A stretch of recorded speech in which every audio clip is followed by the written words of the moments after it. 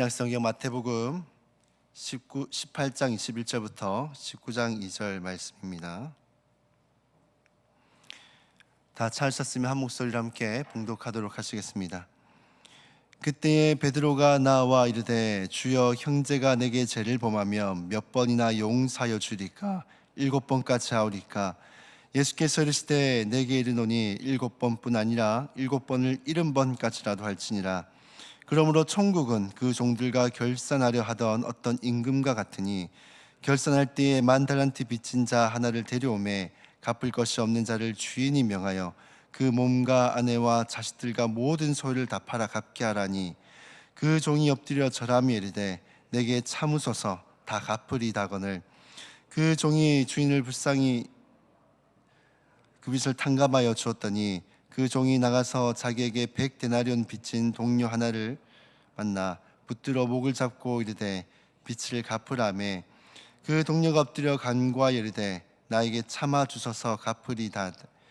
허락하지 아니하고 이에 가서 그가 빚을 갚도록 옥에 가두거늘, 그 동료들이 그것을 보고 몹시 딱하게 여겨 주인에게 가서 그 일을 다 알리니, 이에 주인이 그를 불러다가 말하되 악한 종아, 내가 빌기에 내가 내 빚을 전부 탕감하여 주었거늘 내가 너를 불쌍히 여김과 같이 너도 내 동료를 불쌍히 여김이 마땅하지 아니하냐고.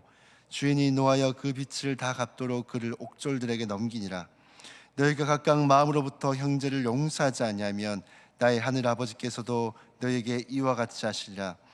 예수께서 이 말씀을 마치시고 갈릴리를 떠나 요단강 건너 유대 지경에 이르시니 큰 무리가 따르거늘 예수께서 거기서 그들의 병을 고치시더라. 아멘. 여러분, 혹시 요즘 젊은 사람들이 많이 사용하는 그 표현인데, 이 손절이라는 표현을 혹시 들어보신 적 있으십니까?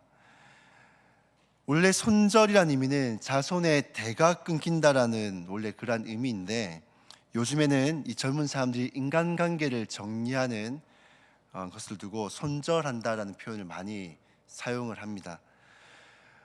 그런데 요즘 들어 손절이라는 표현이 왜 많이 사용하는가 하고 봤더니, 젊은 사람들은 관계에 있어서 자신에게 피해나 불편함이 오는 것을 용납하지 않기 때문입니다.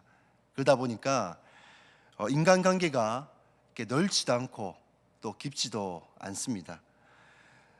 우리도 인생을 살아가다 보면 이 젊은 사람들이 쓰는 이 용어처럼 이 손절하고 싶은 그런 사람들을 만날 때가 있습니다.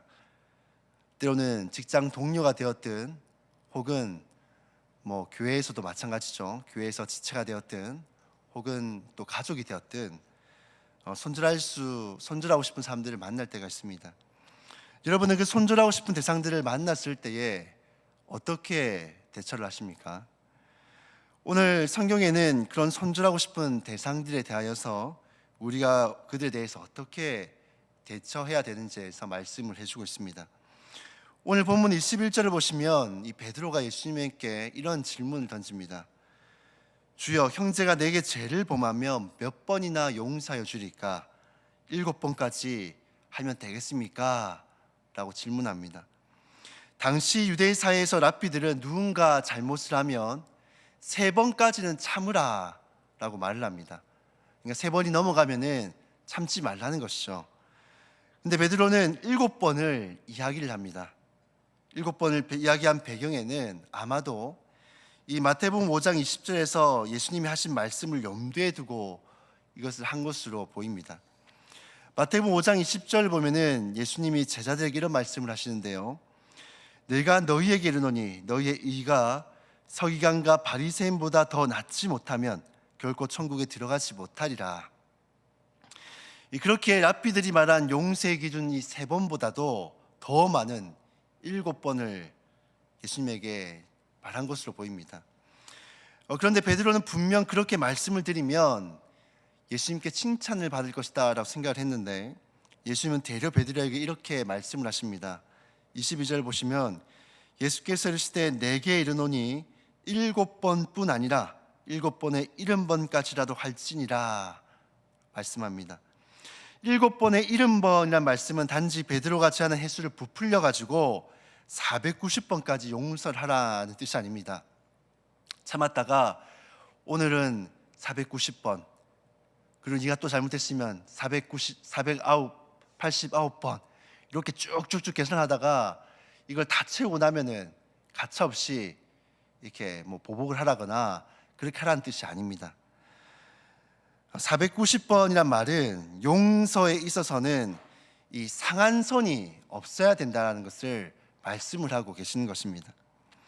7번에 70번 하면 생각나는 구약의 인물이 한 사람이 있는데요, 바로 라멕입니다. 창세기는 하나님의 아들과 사람의 아들로 구분이 되어집니다. 그 중에서도 가인은 이 사람의 아들의 시작이 되는 대표적인 인물이죠. 라멕은 가인의 후예로서 하나님께서 아벨을 죽인 가인을 보호하시기 위해 가인을 죽인 자는 벌을 7배나 받으리라 라고 말씀을 하셨습니다. 하지만 라멕은 거기서 더 나아가서 이렇게 말을 합니다. 가인을 위하여는 벌이 7배이신데 라멕을 위하여서는 벌이 77배이리로다. 라멕의 77배의 선언은 누군가 나에게 잘못을 하면 무자비하게 용서하지 않고 보복하겠다라는 뜻이죠. 하지만 하나님의 아들이신 예수님께서는 7번에 70번을 말씀하시면서 우리의 용서에 있어서는 상한선이 없는 무한한 이 용서를 해야 될 것을 말씀을 하고 있습니다. 그리고 예수님이 23절부터 35절까지 이 비유를 통해서 왜 우리가 그러한 용서를 해야 되는지에 대해서 말씀을 해주고 있습니다.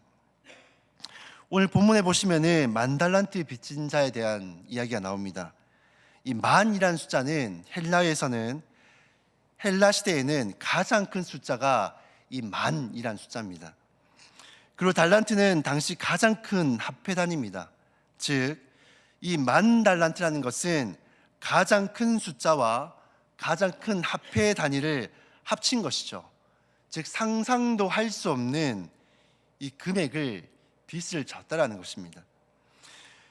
이 임금은 만 달란트 빚진 자가 돈을 갚지 않자 당시 사회에서 행하던 대로 가족과 그리고 모든 소유를 다 팔아서 빚을 탕감하고자 합니다.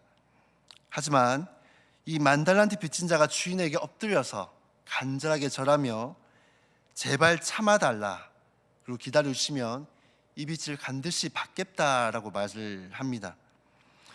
주인은 결국 이 종의 모습을 불쌍히 여겨서 이 종을 보내어주며 이 빚을 탕감하여 줍니다.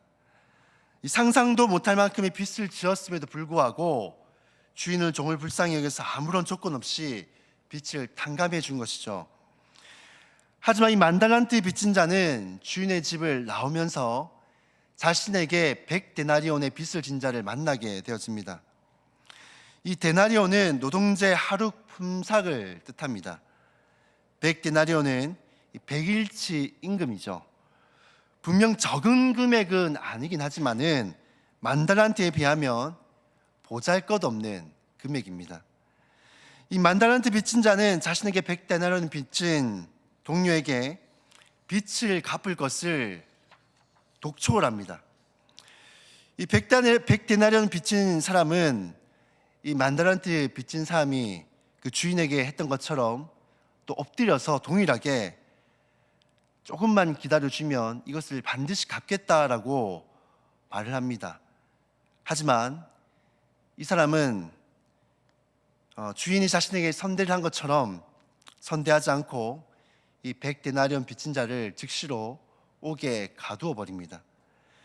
이것을 본 주변 동료들은 100데나리온 빌린 사람을 딱하게 생각을 해서 이것을 임금에게 이런 사실을 다 전하게 됩니다.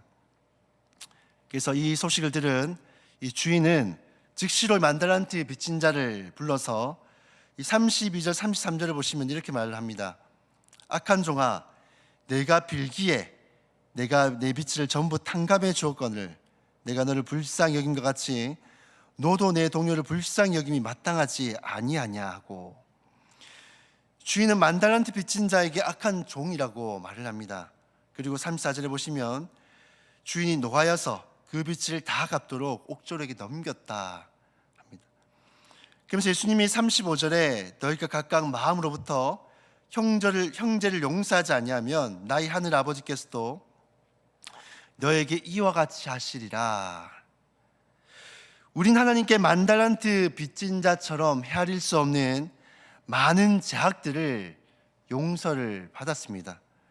그리고 하나님은 묻지도 따지지도 않고 그 예수님으로 말미암아 우리의 죄를 용서해 주시고 뿐만 아니라 우리를 자녀를 삼아 주셨고 이 천국에 대한 소망을 주시고 또한 죄로부터 완전한 자유를 허락해 주셨습니다.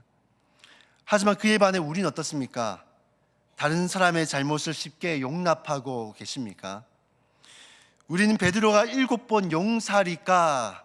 라고 질문을 했지만 우린 사실 랍비들이 용납한 이 3번은커녕 한 번의 잘못조차도 용서하지 못하는 것을 보게 되었습니다.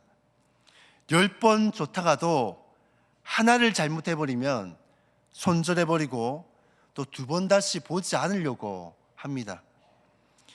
용서는 이처럼 쉬워 보이지만은 결코 쉽지가 않습니다. 하지만 용서를 가능하게 하는 방법이 하나 있습니다.